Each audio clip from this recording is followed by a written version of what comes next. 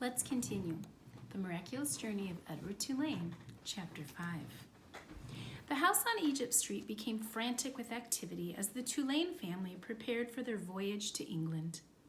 Edward possessed a small trunk, and Abilene packed it for him, filling it with his finest suits and several of his best hats, and 3 pairs of shoes, all so that he might cut a fine figure in London.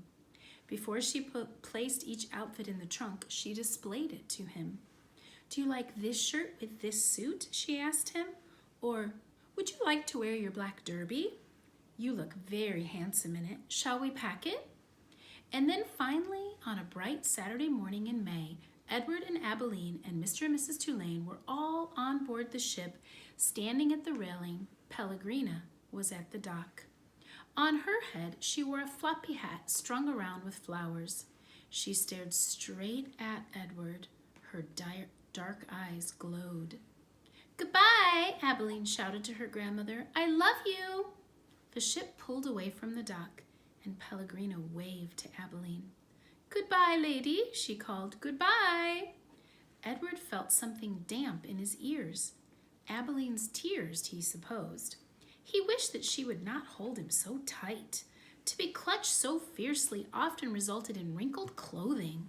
Finally, all the people on land, including Pellegrina, disappeared, and Edward, for one, was relieved to see the last of her.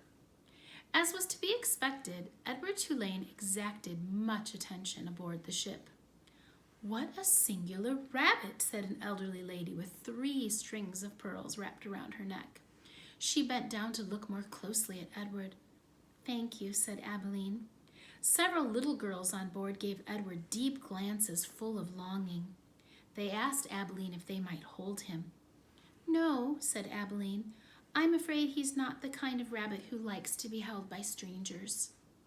2 young boys, brothers, named Martin and Amos, took a particular interest in Edward.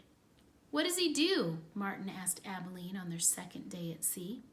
He pointed at Edward, who was sitting on a deck chair with his long ears stretched in front of him. "Well, he doesn't do anything," said Abilene. "Does he wind up somewhere?" asked Amos. "No," said Abilene, "he does not wind up." "Well, what's the point of him then?" said Martin.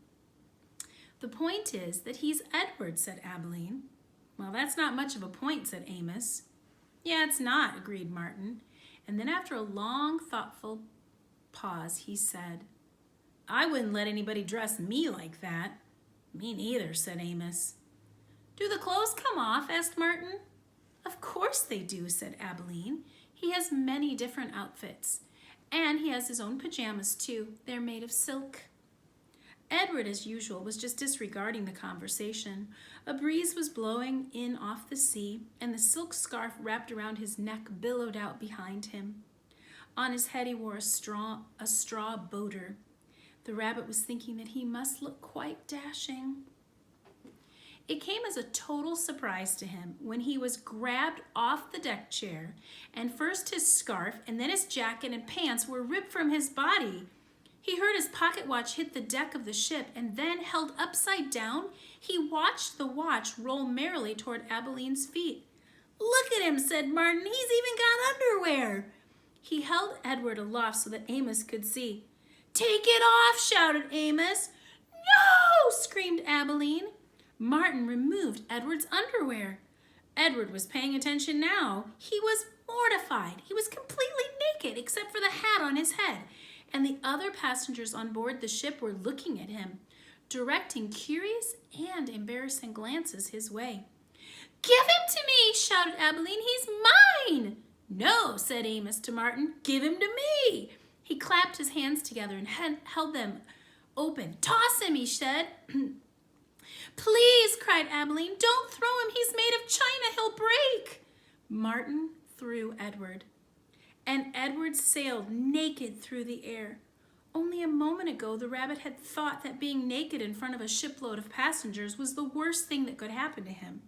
But he was wrong. It was much worse being tossed in the same naked state from the hands of one grubby, laughing boy to another. Amos caught Edward and held him up, displaying him triumphantly. "Throw him back," called Martin.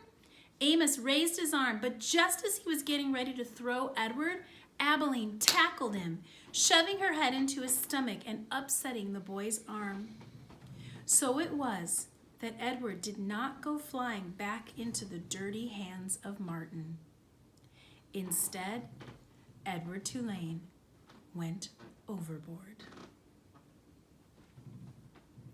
I think it's fair to say Edward's life has just changed.